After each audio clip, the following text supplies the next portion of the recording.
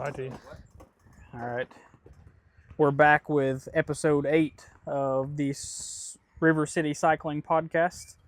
And we are at the scene at Glenvegas Gambler 2026.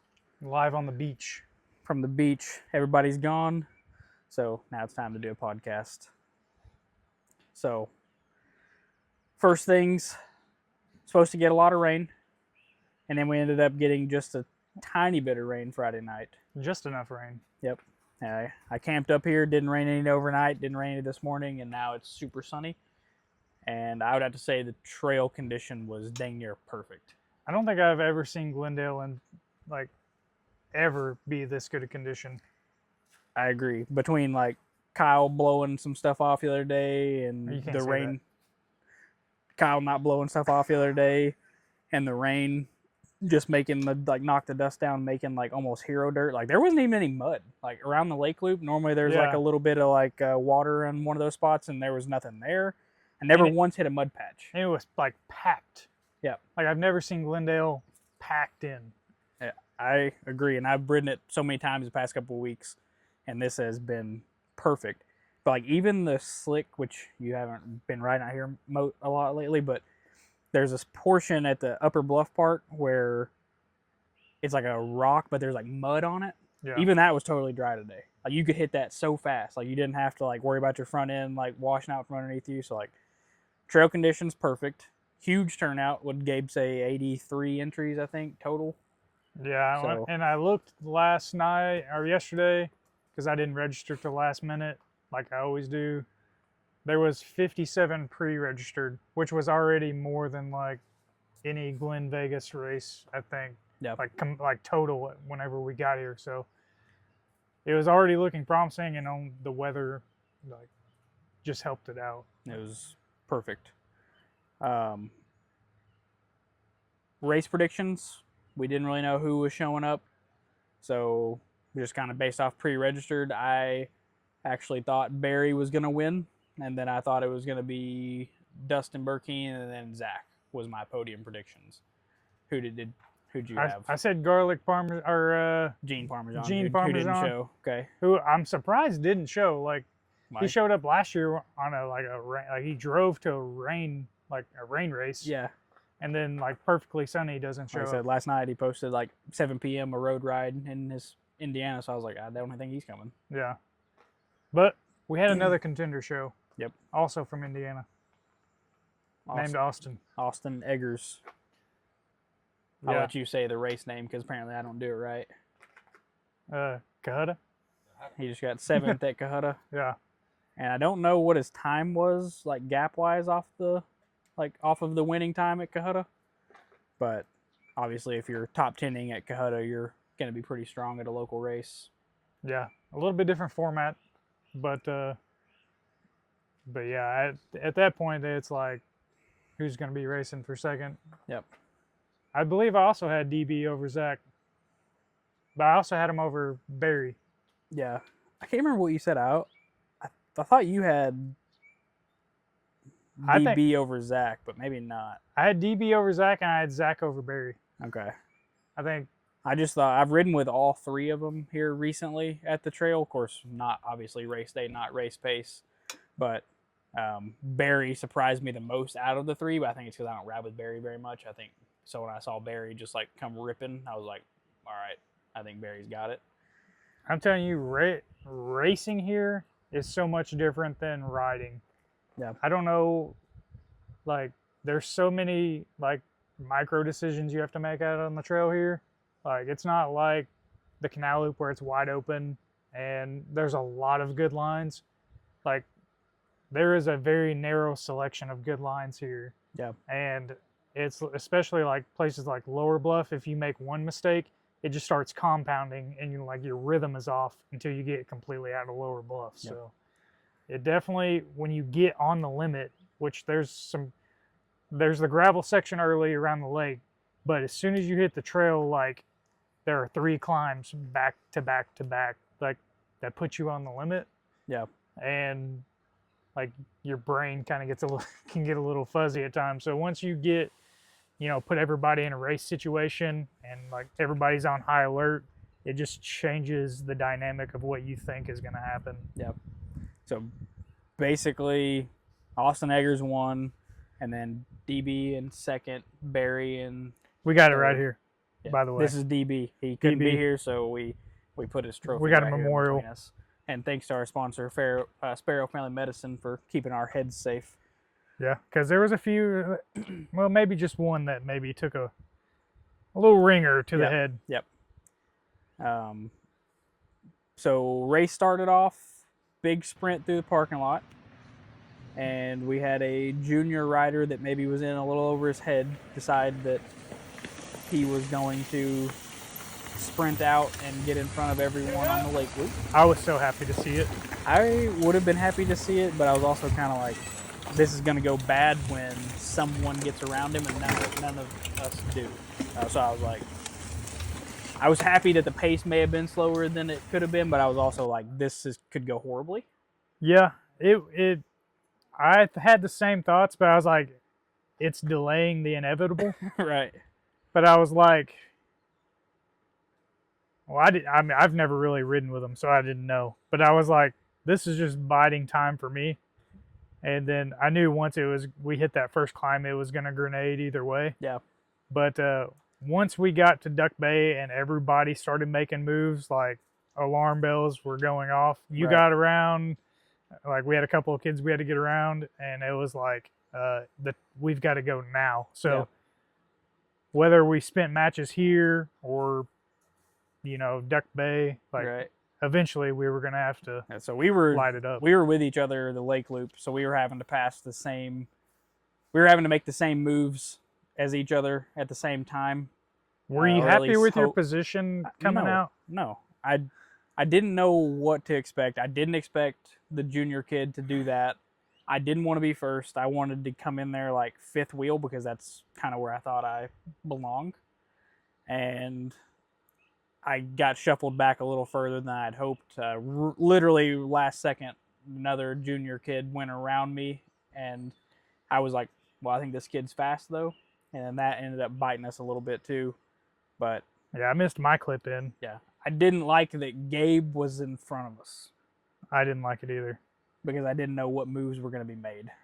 And then as it turned out on the lake loop, there was about a 10-second gap. And I was like, not worried, but worried at the same time, because you don't ever like to have to close down a gap. Yeah. And I was like, just waiting for the moment that eventually we're going to have to like light the burners and close this gap. But yeah, we're a little further back, and like everybody started converging in through the little parking things. Yes. And you we merged, and I was like, thank God Austin's in front of me, because I don't trust 90% of the people here. So I was like, at least I know I've got a wheel that's not going to like run me off the... Right. So that was like a little source of comfort that I knew that, you weren't going to lead me astray through the opening section. Yeah. Luckily, I ended up getting I think I took Gabe's line. I saw Gabe go right in between the parking blocks instead of like up and over. And I was like, that's where I'm going to go to. And then I was behind Gabe, and then all of a sudden, literally last second, that junior came in, comes sprinting by. Dang it. That's not what I wanted to do. But yeah, my race, we ended up getting through the lake loop, past both the juniors. Luckily, the group wasn't super far ahead, but we couldn't really see them. And then you come to Fred's Run, bigger climb. Our teammate Josh Yop actually came around like 3 people, I think, on that. Early. Yeah, and I was like, he come from the top rope. Yeah, I was like, okay, that's good. I was like, I'll follow that. And then we came up on Gabe. Gabe let me around very courteously. That was cool. Got to the top of that climb. Me and Josh were together. Didn't know who was behind me. But it seemed like we had a little bit of a gap. Josh let me around after the first roll in before best DH downhill. Mm-hmm. And he let me around. I think I opened up a gap on him there, which I needed because we climbed after that. Yeah, a steep climb. Yep. Like so I got up that climb ahead of him. And then from that part, it's baby's arm. I knew I had probably an advantage there. And it switches back after that, so you can kind of see, when I went around, when I got to the bottom of baby's arm and I was curving back around, I saw Josh come down, and I saw you come down about probably 5 or 10 seconds behind him. Mm-hmm. And I was like, okay, got a little bit of a gap here, and I saw Gabe right on you. Mm-hmm. And then that's really that point right there was the last time I saw anybody behind me, and it wasn't until the end of the first lap that I caught Aaron Ardson. So me and Aaron rode through the parking lot together. He asked me if I wanted to go around because he's on single speed, and I was like, I'm just trying not to get caught. So as long as he's like, I'll keep a hot pace around the loop, and once we get back on the trail, it'll be fine. And I was like, okay. So I just followed him. I was able to recover a bunch on the lake loop because we were kind of chilling. And then once we got back onto the single track and climbed Fred's Run, he was gone. Like, he stood up on his single speed, and I was like, he didn't have an option, so he was gone. And I was like, I think I'll catch him again because I caught him on the last lap, and I ended up catching him right before we turned in a little single track, and he let me ahead. And then I was able to keep a good pace and keep him from coming up behind me for the rest. And so I was by myself. Ended up finishing roughly a minute and 40 seconds behind fourth place, who also was with third and second place. So really, overall, good race for me. I was literally pretty much a minute and 40 seconds from a possible sprint for a podium with really fast guys in our area. So I was pumped with that. How about yours? Interesting. A lot like Williams Hill. I knew that I was going to be under the gun, but I've been feeling better. Put in some solid hours between Williams Hill and here, so I knew that form was going to be a little bit better, a little bit more competitive. But you never really know how you're going to stack up. Like it's always a moving goalpost because everybody's getting better. So I didn't come in with super high expectations. We joked around about racing sport, Yeah. And we joked around, but it was never going to happen. I wanted to so bad, even though I was. If you had done it, I'd have been so mad. I almost thought about doing it when I signed up, but I knew I'd be in timeout if I did it. But I came out behind you on the lake loop, which was perfect. Having a wheel you trust. Josh went around us on Fred's Run, which I was willing to let go because he come by with a vengeance. Yeah, he did.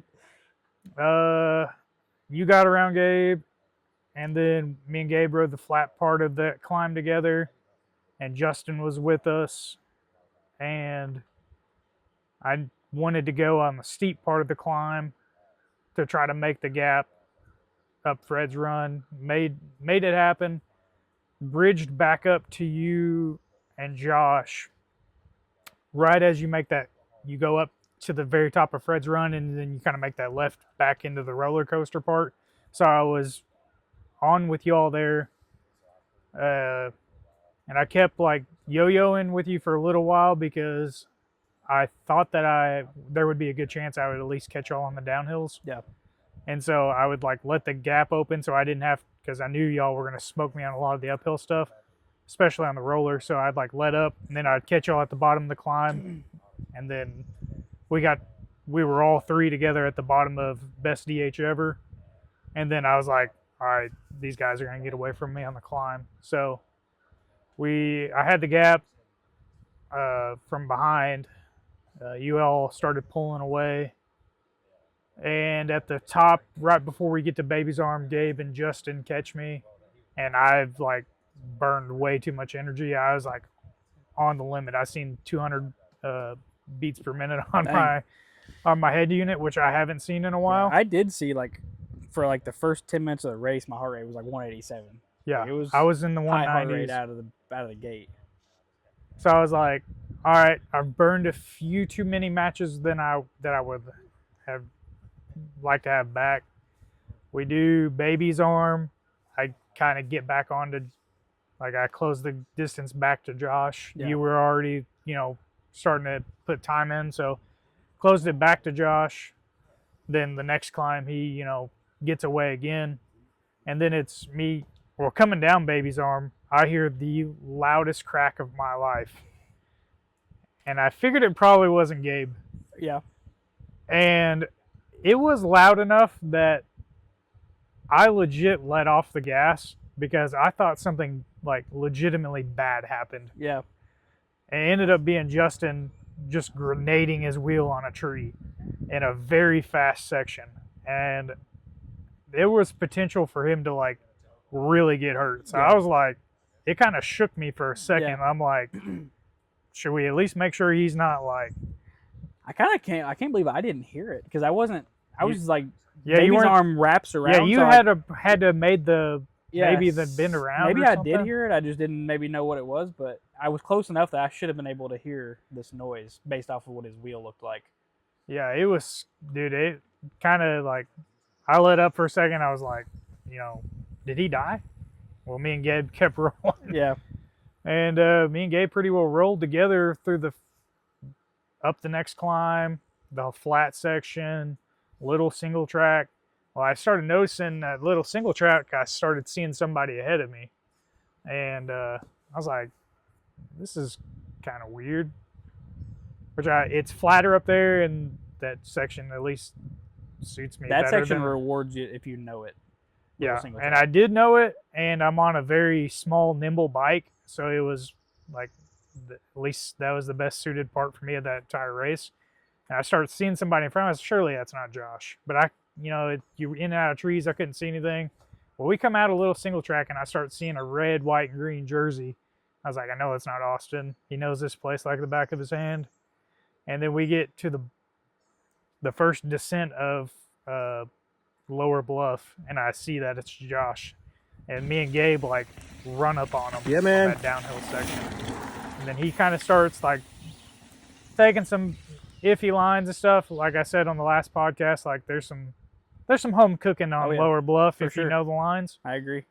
And he kind of like tags a tree, and he kind of like, he doesn't stop, but like he kills a lot of his momentum. Well, the next thing I know, like he clips a pedal and a tree root comes up out of the ground, and he like hooks this tree root, and his back tire is like 6 inches off the ground. I was like, he's dead. Did he go down? No, he kept it. I don't know how. I thought for sure he was going to have to step through the bars. Yeah. And he like gathers it up, and me and Gabe go around him. And I was like, all right, well, now I've got the position on him. He's not going to pass both me and Gabe on this like rocky technical climb. Like I'm sure of that. Like he's obviously going to climb better than me, but a lot of that stuff is so narrow and it's like one line. Yeah, so I was like, all right, going on there. I was like, I don't have to ride out of my skin in this section. I just got to like ride tempo out of the climb. Did you think if you just got through there, you're fine on Ed's Run downhill? Was that what you were thinking? Yeah, I knew if I got to Ed's Run downhill that me and Gabe would, stabilize the gap on him.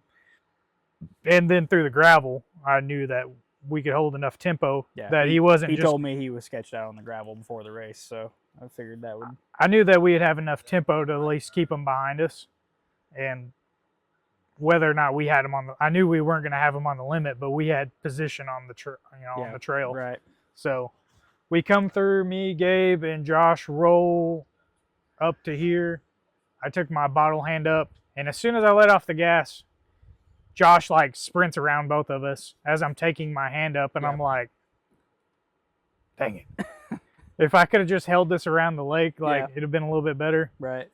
Well, so I would kind of let him go, and it's just at that point, it's me and Gabe, and we're like making truces to like, can we take a drink here? You and Gabe are working together? Yeah, what we had to. He's like, I'll let you take a drink if you let me take a drink. And I'm like, this is a deal. Gabe's behind the camera, by the way. Yeah. So we pretty well, I'm starting to like not feel great at this point, but I'm like, I've got a couple of bullets in the chamber left. So we go up Fred's Run. I'm like, I'm not going to blow myself up like I did the first time. Yeah. So I just like tried to ride a strong tempo up it. Gabe is on. We do the descent, our roller coaster, best DH. We start climbing out. I'm like, all right, set a strong tempo. Gabe's still there. We do baby's arm. Gabe's still there. We climb out. Gabe's like, hey, can you let me around you? And I just act like I didn't. Worst feeling. I acted like I didn't hear him. But this whole time I'm gaming it. Like, if I can just ride tempo long enough to, like, he won't come around me on this climb, which I did move over once. But, like, it was in a sketchy spot, and I knew it. So we made it. And as soon as we got to the top of the climb, like, I started, like, slowly ramping the intensity back up. and then I kind of hear the gap opening, and Yeah. then I like start adding more intensity, but the gap never really got more than like 5 seconds. Like kind of yo-yoed in and out of 5 seconds, plus or minus. But I could really like I was starting to like hit the rev limiter through there, and like I said, I think I had the better bike for that section. Yeah. And so like Gabe drives a barge. Yeah, so I was like opening it up a little bit, and I was like, all right, I just need to like come down just a little bit. But then like I would make a couple of bobbles, and Gabe would be like closing it back up, so I'd have to get back on the gas again. So I don't know, we're almost coming out to the open section before. Y'all never caught Josh, right? No. Josh is okay. We started coming up on some lappers, and something like I was on the limit, and I knew I was on the limit, but something about when you're riding the limit, you can like keep pushing it. Right. Well, we came up on a lapper, and I backed off. Yeah. And he moved out of the way, and I started to get back on the gas again, and I was like, yeah, I can't. Yeah. And so like I tried to like set up for a second and like recover. Well, in like the next 10 seconds, Gabe closes the gap, and I just moved over, and I was like, where was this at? Right before we come out to Little Single Track. Okay. Like, so still like, you're halfway in the course. So Yeah. it's not like you can't push to the end. yeah, so I was like, this is probably the worst time. And I sat up for a little bit, and I started feeling better, but like I just like, So was it on the double track before Little Single Track? no, it was right before that double track Okay. section, like a minute before that maybe. Gotcha. That's where Aaron let me around too. Is literally, it sounds like right there, about a minute before we got to the double track. But it's like as soon as I backed off, and then I started trying to like, that was all I like. I don't know if it was mental or what, because I was like riding that fine line, and then the next thing I know, as soon as I back off, and I was just like, I'm done. Like, Yeah. I couldn't I don't know if I was either on my like a push past the limit, or just mentally I was like, I'm done. I couldn't. I knew my race was over, so I just like moved over. And I was like, see you later, bud. We don't have the official times, but I know Josh was in between Gabe. So Josh, and then Gabe, and I don't know what the gap between you and Gabe was. Do you know your finishing time? I don't know. It was probably like in between 2 and 4 minutes. Yeah, Yeah. our Strava said I was at a 131. I don't know. Okay, I didn't really pay attention to the gap. Talked to 2 different people. Yeah, I'm sure it was at least 2. Yeah. Because like when I blew, like Yeah. I blew, and I was like, all right, I'm basically just survival mode from the top of the course down lower bluff. I started pushing this Yeah. So I think I was hoping the second wind was coming, because like the downhill, like I knew like I could save a little bit on Yeah. the downhill, but as soon as I started going up lower bluff, I was like, yeah, there's no coming back from this. So that would put Josh in 6th, Gabe 7th, you in 8th, right? Yeah, I think so. No, Aaron was in between me and Josh, so that puts you 9th. So we brought 5 guys for the expert class, and all 5 were in the top 10. Yeah. So Not a bad showing for Yep. BPR. happy with that. Brooks came along for the sport class. Who? Hasn't ridden much all year. He performed like that. Shout out to Patrick for winning sport finally. Yeah. Easy dub. Sorry, John. You called it. Yeah, sorry, Parmesan garlic. I switched over to you after you made the switch on soil cycling, but I mean, you just didn't have it in you. But 2027, it's your year. You said you're going to get T-shirts made. I want one. And I want to make it clear, I said that Patrick wouldn't make the podium, and it got the desired results. Yep. I didn't know it legitimately made him upset, Oh, you made Patrick super upset. but I'm glad it did. I've made Patrick upset a lot too. It's kind of fun. I'm it's- so glad that I feel like it maybe at least cleared his head that he was Yeah. like, I've got to prove Nate wrong. Yeah, I think he won by like a sizable bit too. Like, it was a big gap. Race director Gabe sitting behind the camera saying he's going up to expert next year. So Mandatory. yep. So yep. Or we're gonna rearrange the categories. But congrats, Patrick. Also congrats to Harold, who won the beginner class, which Mhm. I think is Harold's first race. So that's what the beginner class is for. I think he won by a sizable margin too. Congrats to Simba for having the 80+ riders. Yeah, huge turnout. Definitely, like I said, the biggest turnout I've seen at Glendale. Yeah. Which I was never at the early Touch of Nature races, so I Right. don't know how sizable those were. So But this was a very good turnout for a mountain bike race. This was awesome. It was a good time. So we're gonna talk to Zach and Gabe here in a second. But what'd you run? Bike-wise? Bike-wise, tire setup. Trek Super Caliber. It's a mishmash between a 9.8 and a 9.9. Rcc and a 2.4. I bumped up my tire pressure to 24 today. Okay, that's what I was curious about. That was the nice part about riding it last night. I brought my pump with me. Yeah. And I've noticed that on those tires, I don't think the sidewalls are as robust.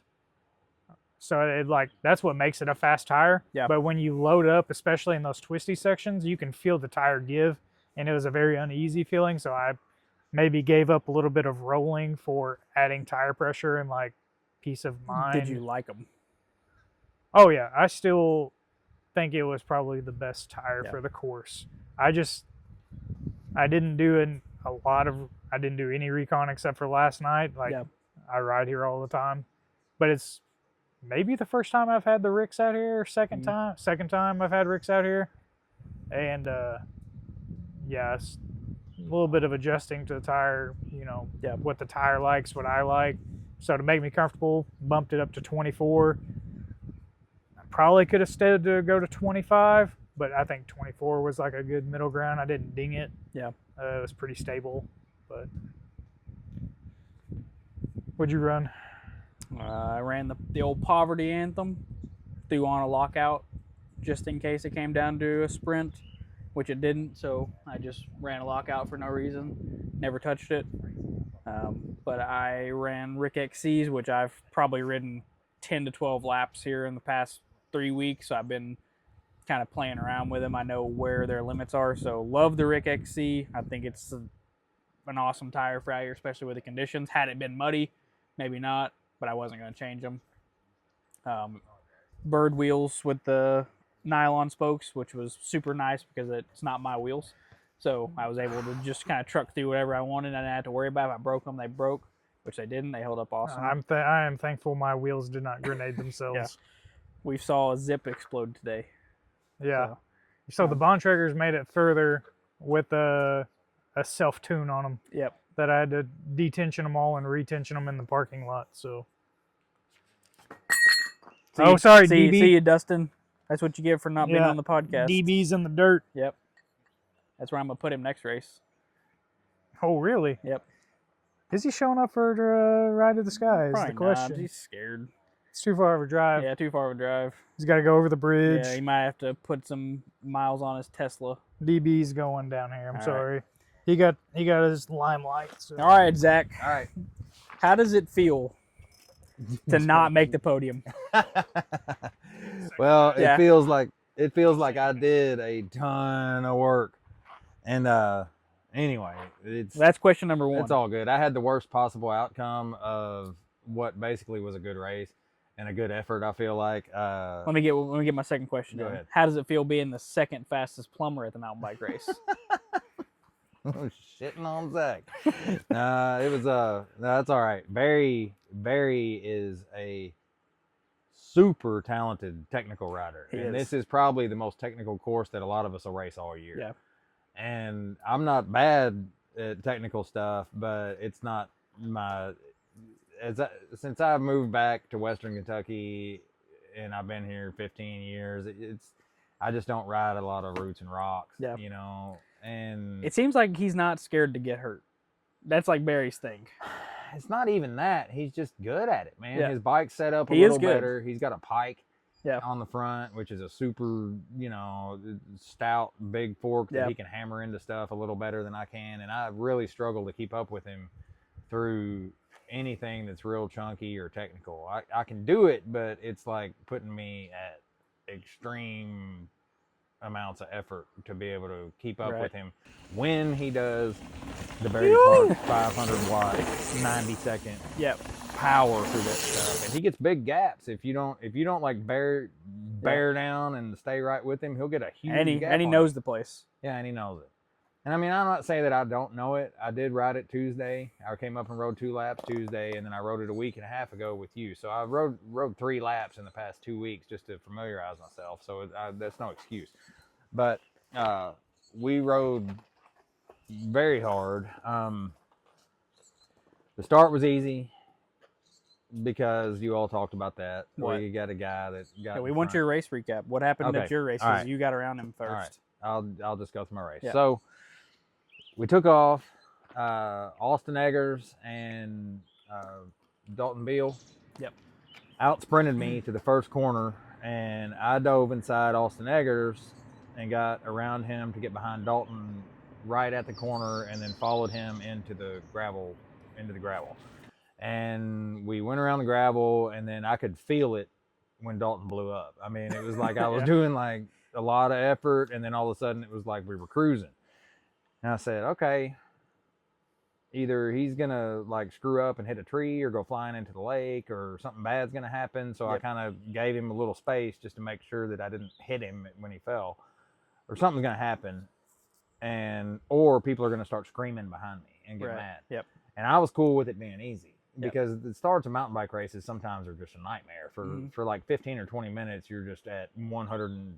Right. Especially level. A fast start like this one. Right, it's a fast start. And it's like a choke point when everybody goes into the woods, so everybody is keyed up trying to get to the woods first. So he ended up making there was a taped off section where you have to make, there's a Y in the gravel trail where you get off the gravel for a second and kind of go up over some roots by a tree. Yeah. And it's taped off, but looking at it, if you're like dying and you're not paying attention and you've been here before, maybe a year ago, you would want to go left. It's just the natural way to go. Well, he started to go left and like hit the brakes and bobble, and I was like, and I went around him. Yeah.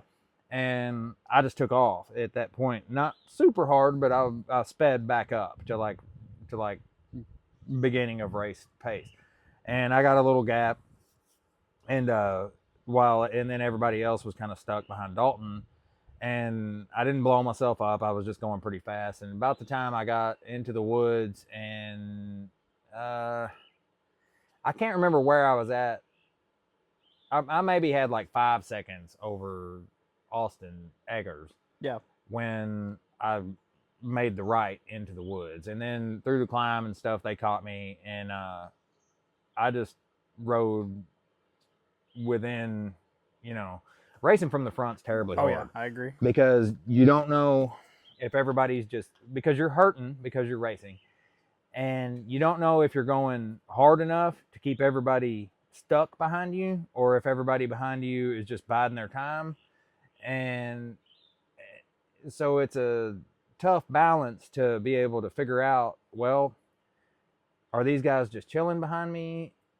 Right. And I don't want to ride so hard that when somebody flies by me, I can't respond to it. So you're kind of in this weird, it's not my favorite place to be. But anyway, I did that the whole first lap until we got to Lower Bluff. And when we got to Lower Bluff, it's super technical. And exactly what I thought would happened is Barry passed all of us and flew by me. Where did Barry pass y'all on Lower Bluff? Okay, so after you, let's see, there's like, I'm going to say there's like 5 technical spots on Lower Bluff. But he was able to get around y'all? Yeah. Okay. Somewhere he came right by me on the right. Yeah, I think it's about halfway through it. Okay. Somewhere he had space, and he got... Because it's tight in one line. It's so tight. It's he had to do something crazy. He got through there, and he sprinted by me. Yeah. Going like twice as fast as I was going, and I had to put my head in the sand and catch him. And as I was just about to catch him, we caught the kids. The kids race. So Lower Bluff, he led y'all down Lower Bluff. Edge Run down. Edge Run. He led us down Edge Run. Yeah. I pretty much just about made contact with him at the bottom of Edge Run. He still had a little bit of a gap, and not much. It was maybe 8 to 10 yards. And then we caught the kids. And was Aaron with y'all at this point? Arnson? Yeah. No. Okay. So he was off in no man's land. No, Aaron was off. Because I caught him at this right here at the end of the second lap, so I knew he was falling off. Aaron had fallen off before we even got done with the first 3 of the roller coaster. Okay. Like Gotcha. he was off of it before then. Okay. Just a little, not Right. much. I still saw him. I could see y'all because the trail kind of intertwines, but y'all, we were all 4 together the whole. Yep. Mostly. I mean, there was little gaps here and there, and then everything ended up coming together. We rode through the start finish at the end of the first lap together. We stayed together, and then when we got to the grass opening, right before we went in there,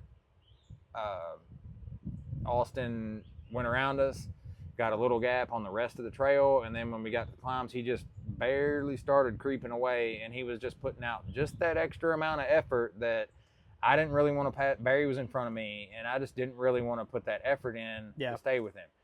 In hindsight, I should have. I think I probably could have. Yeah. I don't know that I would have been able to make it with him all the way to the end, but I could have done more looking back on it and stayed with him and just dug a little deeper. But, you know, sometimes you just have to be a freaking wuss and you just don't do it because it hurts. Yep. Bad. Anyway, so then Barry and I rode together, and Dustin was behind us. Somewhere in there, I'm not really sure where it was before Baby's arm and before all the tight technical stuff. Somewhere on one of the climbs, Dustin got a rock or something in his derailleur. Yep. And it was maybe before that happened, but I could hear it happening behind me, but he fell off of us. Dustin, he was hurting, and we gapped him a good chunk. Like, we were out of sight from him for a long time. And I started talking to Barry, like asking him about plumbing and stuff. Yeah. And we were just talking, and I said, hey, we probably got to keep hitting the nail here because Dustin's going to catch us. Well, Dustin did catch us, and Barry again gapped me through Lower Bluff a little bit. I made contact with him again before Ed's run, rode down Ed's run together. About that time was where Dustin was like 10 yards behind me. Yeah. And then when we got done with that, Dustin got on after Ed's run is when Barry gapped me at the end. Okay. Like, he really put in a ton of effort after Ed's run through the rest of the gravel section. Yeah. Okay. And he had a pretty good gap on me when we got into the regular part of the backside of the lake loop. Yeah. And I killed myself trying to catch him before we came out of the woods out here. Because I thought if I can get there, I can probably out-sprint him. But Dustin was right behind me, and that's pretty fast. And I was also thinking, I thought, you know, well, if Dustin's behind me, he's getting a little less effort, and I'm closing this gap. And by the time we got to the end up here where we came out of the woods, I was freaking burnt. And the matches were done, and I thought, I'm going to try, but I don't know how much sprinting I'm going to be able to do here. Yeah. And soon as we got to the asphalt, Dustin shot around to the left, and he got Barry, and I wasn't able to quite catch Barry, and I got fourth. Dustin was second, Barry was third, I was fourth. Austin beat us by a minute and 20 seconds. I think I saw a minute and a half. Yeah, 90 seconds. Yeah. Which is not huge. Not over an hour and 30 minutes. Or hour 25. It's a minute a loop. Yeah, you know, right. Or 45 seconds a loop. So that's fine. He's strong. Right. That kid's fast. Yep. Or kid. Hey, he's how 38. old did we get it? Okay, 38. He's 38. Okay. I saw some gray hair. I didn't know which. Yeah, he's 38. I looked it up. I think he got 9th overall time at Cohutta. I believe, last week. Yeah, someone told me 7th, but I wasn't sure. I'm pretty sure it was 9th. What tires did you run today? I ran Vittoria's, a Barzo and a Mezcal. I didn't change them to the Ricks. I should have. What was your? I wanted to put the Ricks back on, but I was just lazy. I was like, man, when I start changing tires for events, that's just too much, man. Was it good? I mean, yeah, they were no good. complaints. No, I don't have anything bad to say about Vittoria. I've never ridden them. No, I know the Ricks are. They're faster fast. on The rolling Ricks are resistance, but I don't think Vittoria makes a bad tire. I have the Ricks, and they are 100% faster. I'm sure. Yeah. The Vittorias just have pretty good grip, and I feel like they're pretty tough. So I thought, there's no reason to take them off for this race. You're going to need grip, and you're going to need a tire that's tough. So that's what I rode. Especially if it rained, I think that was probably a smart move. But definitely. with it being perfect, it was Rick's probably been fine. Ricks have been better, probably. Do you know what tire Birkin ran? Specialized. So he didn't put his installs on. No, he did not. Okay. Fast tracks on. Not yet. He had the fast track and the It's a fast track and a Renegade. Yeah. Okay. I have a set of those also that I didn't put on that I bought Yeah. from Gabe last year at Gotcha. Ride to the Sky. I was curious if I didn't pay attention enough to his bike to see if he switched over to the Dubnatals. Yeah, I asked him when we were riding together. Gotcha. And Anyway. you ride a World Cup Specialized. Yeah. It was good. It was a good bike for this. It's a good bike for pretty much everything. I don't have any complaints about that bicycle. Man, all my bikes are big, so all that tight stuff is. Yep. I And mean, no I ride a dropper large- post. No dropper. Which I know you don't think it slows you down that much, but it's nice to have a dropper out here. It's probably okay for. I don't know, man. I don't really feel like I needed it anywhere out here. Did someone move that rock for you? No, it was still there. Yeah. It's still there. It's a huge rock. It'd be hard to move. Okay. I I didn't know what rock you're talking about, but I didn't know if it got I'll moved. show you, but it's no, it was still there. I knew it was still going to be there, so I went and left every lap. You know what I'm talking about? No. Okay, the third downhill. Yeah, off the best first DH line. downhill. I just don't know where it's at. It's at the there. creek crossing, right when it drops into the creek and it's real rocky, and then you make a hard left and make about a 1.5 foot Yeah, drop. and there's hit a the rock there creek. you don't like? Right in the middle, right. So if you were going around the outside of the turn Yeah. on that line, if you drop off that, there's a big triangular shaped rock, and if you went right on the outside of the line, you would hit right on it and like slide off. Or you could try to bunny hop over it, but as it is, the left-hand line is better. Okay. There's like less crap in the way, but you still go, and it's like this big slow to get back out of it. I haven't found a way yet on that turn to go smoothly through it and keep your momentum up without having like a herky-jerky stop. But anyway, that's it. If you had been on an Epic 8, would you have podiumed? Because that's apparently what it takes to get on the podium of Expert is you got to ride an Epic 8. Possibly, I don't know. I don't know how much energy it would have saved having an Epic 8. I don't think so. Okay. That seems like to be, if you want a podium Expert, you got to have an Epic 8. I think I probably should have just rode differently and then I would have podiumed. If I would have just got out of the way and let Dustin pull Barry back, I probably would have podiumed. But I'm not afraid to close gaps and do unnecessary work. It's just one of the things that I'm do. So, but anyway, I had a lot of fun. It was a good race. Nobody got hurt bad. On a technical course with a lot of rocks and a lot of trees and a lot of tight spots. I'm happy that everybody came out basically unscathed, except for Justin had a wreck in his face. But he didn't break his face. He just cut it a little bit, so I think he's okay. So yeah, all in all, good day for me. I'm happy with how we did. Our splits were like, I think 7 or 8 seconds. My splits were within first lap and second lap, and that just shows that it was a short race. How big was this massive gap between 4th and 5th? Like 4 or 5 minutes. 4 or 5 minutes. I think it was 1 minute and 40 seconds or 1 minute and 38 seconds, something like that. Thanks for giving your recap, Zach. Hey, good job today. I appreciate it. You did. All right, Gabe. So you got to kind of sit and hear my side of the story. His is way different, by the way, based on all the shit he was telling me. It probably is. Because let me tell you, a lot of that race, I was on the limit a lot. So I'm interested to hear your side of the story and what your strategy was coming into this race.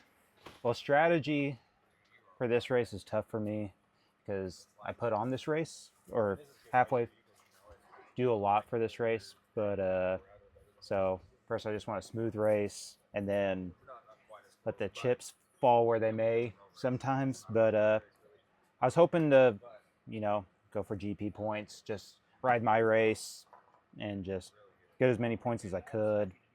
Trying to think. As the race went, which is normally my strategy. Normally I do not come out of the hole hot, but today I was like, all right, we're gonna test the legs. So it was a pretty fast start into the sprint, and I was surprised that maybe I was 5th wheel, something going into the lake loop, and I was like, okay, this isn't where I was expecting myself to be, but I'm fine, pretty much exactly where I should ideally be. I just was surprised that I was there. There was a lot of people fighting for the first turn. I was very surprised.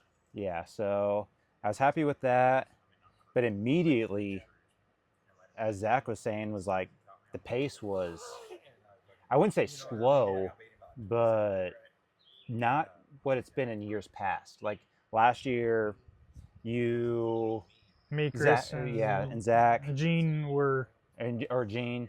Yeah, I mean, it was hauling. I thought I had a flat tire. The rear tire was skating around so much.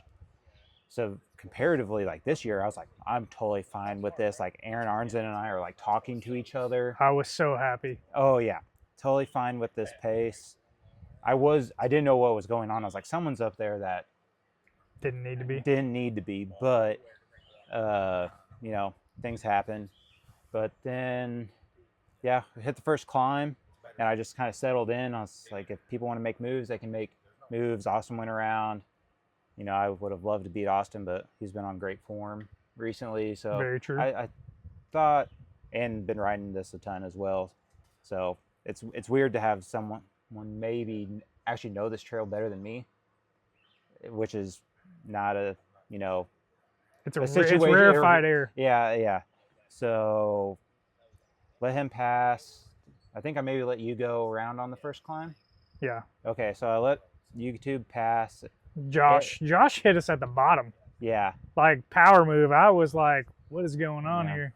So, and then actually Justin passed.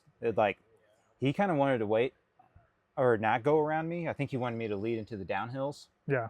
And I was like, no, man, like you're climbing good. I thought, in reality, I probably won't mention Justin besides one more time. I think if he wouldn't have crashed, he probably would have beat both of us for sure. I was ready for it. Yeah, he was climbing really well and riding good for the most part as well. But so I catch Justin really after you descend the first little one, you go up and you come back down. It's like the really like eye-watering fast one. It's just straight line one. I came with a tree very close to the line on the left. Oh yeah, and so then came through that and got back on to Justin, and then we were about to descend Glendo's Best DH. I said, "Hey, let me around," and he let me around. I think he said he PR'd that, and I think I caught you by the flat, like, or right towards once it started turning up.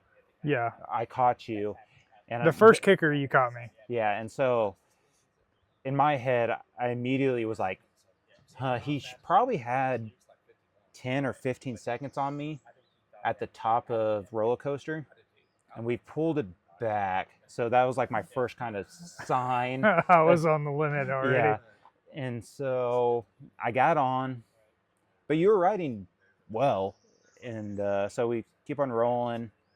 I just sit on, which always, like Zach was saying, being second wheel typically is the better position. Typically, yes, I agree.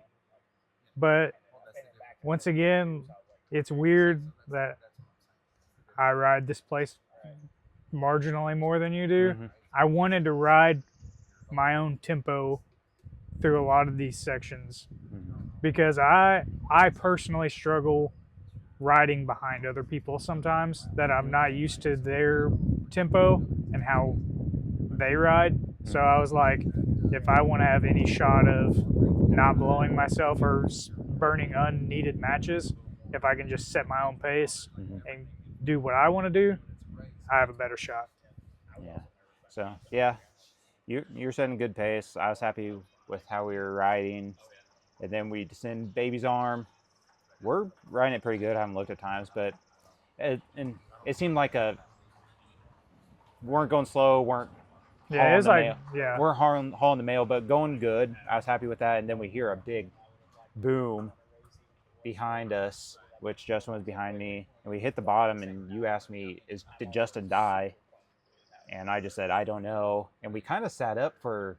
We kept pedaling. It legitimately scared me for how loud that noise was. I thought it was a tree. It sounded like carbon to me, and he was like nothing. You didn't. We hear made anything. that like 180 at the bottom, and like you did not see a bike for the next 10 seconds. I was like, he definitely crashed. Yeah. So that kind of like it legitimately shook me for a second. You kind of sat up, and I was just planning on like the next time I saw a volunteer, someone just saying, "Hey, you might look for someone." But we kept riding, and you mentioned it before. You were riding super good through the tight, like little single, or I guess that's Razorback and little single track, and I just let you lead through that because your bike, you'd be keeping like a constant cadence through all that stuff, through all the turns.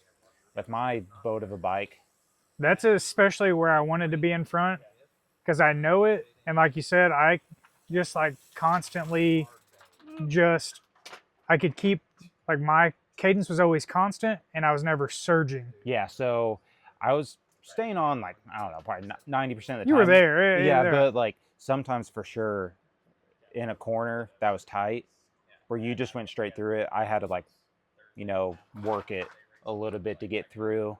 That's what I didn't want to happen to me. Yeah. And so we rode like that all the way to, I guess the next place would be Glendale's, or no, Lower Bluff DH, or Lower Bluff in general. Yeah. It felt like we were hauling the mail. The first descent in was fast. Oh, yeah. I was like, and we went straight through the creek. Yeah. Like, I don't think I've ever ridden it that good. And I think I've maybe ridden the top section of it faster. Yeah. But we went through and we took completely different lines. Of course, I was following you, but there's you there's you two went main right. lines. Yeah. You went right, and I went left. But then we ended up in the same rock through the creek. It like tapers into the same line. And we got through that, and maybe Matt Carey or someone was down there, and they're like, "Man, good!" Like, yeah, good. And that was one of the cleaner runs through the creek. Like I'd already like downshifted before we had ever hit it. So, because I know there's like you have to pedal out of there's like you have to pedal out of it. There's a couple of big rocks at the end. So like as soon as my feet hit the pedals, I was like already at speed. So we did that. You're still setting a good pace. Josh almost died. And then we I like that everyone has now adopted my sneaky line through the rocks. Well, somebody kind of like dug it out. Okay. Yeah. It was like very apparent. Like somebody cleaned it out. And I was I like, blew it off because I could tell people had been riding it. I was like, well, I guess that's just a line now. It's not super sneaky anymore. So, so we both rode the same line through there. And then we did Ed's Run again, like the same sort of story with. It was like a middle of the road type descent. Yeah, it was like I was trying to rest. I knew we weren't. Yeah, exactly. So we're both bigger riders in the sense. So try to recover on the downhills, but on something like that, it's like trying to recover. And I know I'm good enough technically that even someone that's like hauling the mail and pedaling down that, they might get a second or two on me. Yeah, that's what I was thinking the entire time. I was like, I can push this descent faster, but at the bottom, my heart rate will not have recovered, and I'll like, what's the point? So, I knew we probably weren't going to be catching anybody in front of us. Yeah, unless they had a mechanical or blew up or something. Which I didn't figure anyone was going to blow up. I was like, if we catch anyone, it's probably because of a mechanical. Yeah. Which that's what we did catch. Josh, I don't know him. I saw that he was in your guys' kit, and I was guessing that's who that was. And I asked you at one point, like, is he the only guy back there? Yeah. Because I didn't want to get caught. I kept looking back, and he was the only person I could see. So. But I kept on hearing. I remember at one point your Garmin, and I was like, "Is that Oh, Pat work." What?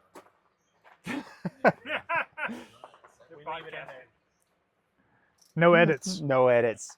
There was Patrick works legs. There they go again.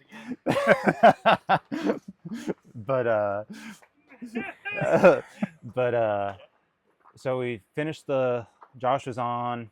You already kind of explained that part of it, and also explained that you and I had a treaty that if one of us needed a drink, we'd yell up at the other, "Hey, don't attack right this second," and we'd just drink at the same time. Yeah. And it'd be like, "You good? Yeah, keep riding." We made a treaty with the kids.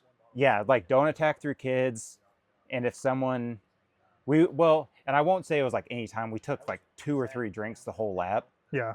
It was like, "Hey, on this section, do you want to get a drink?" And where it cleared up, like it would be double track or somewhere where it was easy to take a drink. Yeah, so that was funny. But then Josh attacks hard through the. I wasn't expecting through that. the feed zone. No. Yeah, I was the only one that took a feed, I think. Well, I threw a bottle and I was like trying to switch my bottle around because I actually was planning on wearing a U-Sweet, but Yeah. I brought my bladder, but did not bring the carrier. So I always feel like switched it's to, like. all right. So we can start at the bottom of Baby's arm on the second lap. Okay. So there, I think that's maybe where some games started kind of happening. Yeah. Oh, I knew I'd burned a lot of matches at that point, and I knew like I needed to slow roll the climb just to get the legs back and a I little didn't, bit. and I wasn't ready to pass, but I tried to encourage you to ride faster. I was just like, hey, virtually in the Grand Prix, some of the sport class are racing us, and we shouldn't lose points.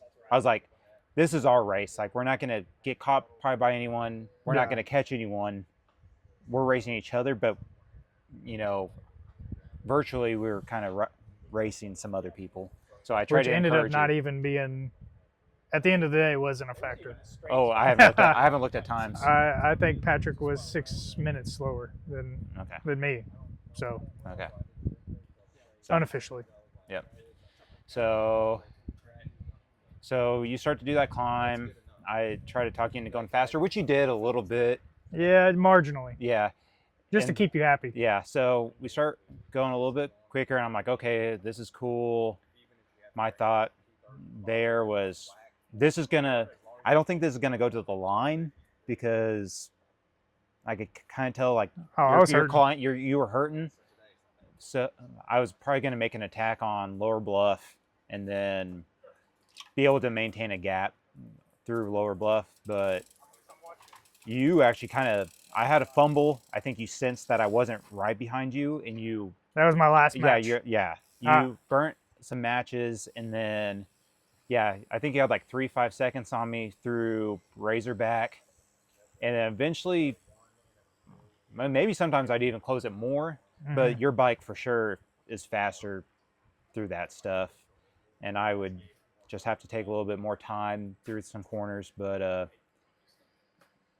you eventually, I guess, your last match burnt up, and you let me around, and then once you let me around, and I've been in this scenario before where someone gets their second wind. And I was hoping for it. I hammered the rest of the way, and I don't know like what the times were, but I'd say I probably rode edge run maybe faster.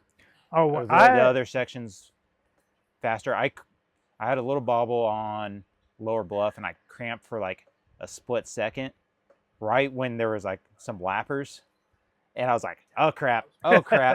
And they let me around, and just pretty much like rode as hard as I could all the way through the line. I don't know what the gap ended up being, I don't know. but it was pretty uneventful. It was sizable because like as soon as I let you around, I tried putting like here and there, I'd like try to put in a couple of pedal strokes to be like, all right, are the legs back? And every time it was no. So I like dropped anchor from that point on all the way to the line. I never like got on the gas. So yeah, I think I rode probably like the Lake Loop faster than what we did on the first lap. Edge run, I like dropped my dropper post down, and I like rode on the seat, and I was just like, so just sailing it home. Kyle doesn't have a video of it. He said he just put up his phone, but I blew up the berm on that y'all built on Edge Run, and he had a phone out, and I was like, oh, I'm gonna dust him. And it probably wasn't the smartest idea because I think I about rolled my tire off the wheel, but I was like, if he has a phone out, I'm gonna try to get a good video of this. But that's kind of how my race went. But overall, the day was like pretty much perfect. Like perfect weather. Lots of people showed up. I think everyone was happy, Yeah, definitely. It was a very successful event. I will say I thought you were riding for Justin again. I thought you all had some sort of handshake agreement, just the way y'all were riding, that you were going to lead him down a lot of these downhills. Well, I think that was just convenience, that he was climbing better than me, and for sure. Until he hit a tree. Well, he was climbing better than me. I was descending better, so like once or twice I was like, he would get around me on the climb, or I'd not let him all the way around, but he'd get around. And then at the top of the climb, I'd be like, hey, let me around. Yeah. Yeah, y'all, I thought there was some weird, I was like, Justin's going to do him dirty again. Well, we never got to find out. So, I already said, but I think Justin, if he wouldn't have crashed, which, maybes and don't knows, but I think he was on good form. Yeah, he was definitely riding good. He was riding good till he wasn't. So, yeah. I'm going to keep on planting these seeds of doubt in all of these podcasts that eventually you're going to turn on Justin. And race for BPR. Race for BPR. No, we're team we got PBR. We've got to corrode it from the inside out. Yeah. No, I'm waiting. You guys did do like a gravel race that I didn't get invited to. And you guys got in the I think you guys went like 1 through 5. And I was like, why didn't I get invited to this like last year? What are you talking about? There was some gravel or road race you guys went to. It was like Small Bones. Mayfield? Yeah, mate. Oh, Tombstone. Yeah. And I was super upset. We didn't put that on. Well, no, but you guys went to it. And I was like, man, I would have rode with you guys. That paid for my Bentonville trip. Well, I was like, man, if we were trying to get into the money, like I would guest ride for you guys. And Austin told me, he was like, you gotta fully commit to the team if you're gonna be on the team. You just can't guest ride for us. I was like, man, I love riding for people. Like put me on the front and let me bury myself. And then if I blow up and I get to say it's all on you, that's a good day. Like I'll slow roller in. The problem was BPR went 5 for 5 on that race, so we had to have some. We had the top 7, so 2 people didn't get paid. There was some in-team fighting. There was no teamwork. We were not wearing BPR. I got one more question for the Okay. podcast. Okay. Had Justin not done this, honest opinion, where was he? Oh, he already said that Justin was beating us. Okay. I think Justin was beating y'all. I don't think so. I think he would have beaten 8. All the climbing happens, and then you're at the top of the climbs, and it's all technical back. I would say it was a 50-50 chance that he beats me. Maybe if he gets it's too technical. Look what happened. Well, That's not happened 5 times out of 10. Potentially. Yeah. So you don't know. Yeah. He was on good. He had good legs, and he was riding decently enough that if he didn't go down, he maybe could have. But that's besides the point. Yeah, I know. You're right. That's my point. That's what I'm saying. Hey, Austin asked the question. I know. He passed me pretty easy up the climb. Yeah. I think that's all we got. Episode what? All right. Next week, round 4. Back to back. Yep. Soil Grand Prix races. It Race to the Sky, 52 miles, 3,500 feet of climbing. Yeah, there's some feet of climbing. This is probably the most disappointed I'm going to be all year. Ride to the Sky? Yeah. Or right now? Ride to the Sky. Why? Because I've won it back to back. Oh. Like 96 and 97. Yeah. All right, MJ.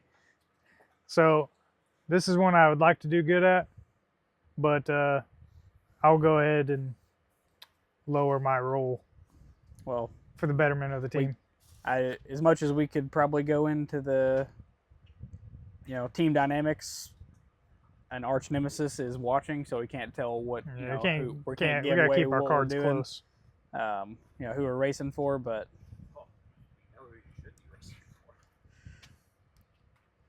you know what? I'm gonna come out and win this thing. Yeah, me too. Make sure to follow all my attacks because they're gonna stick. I'm good.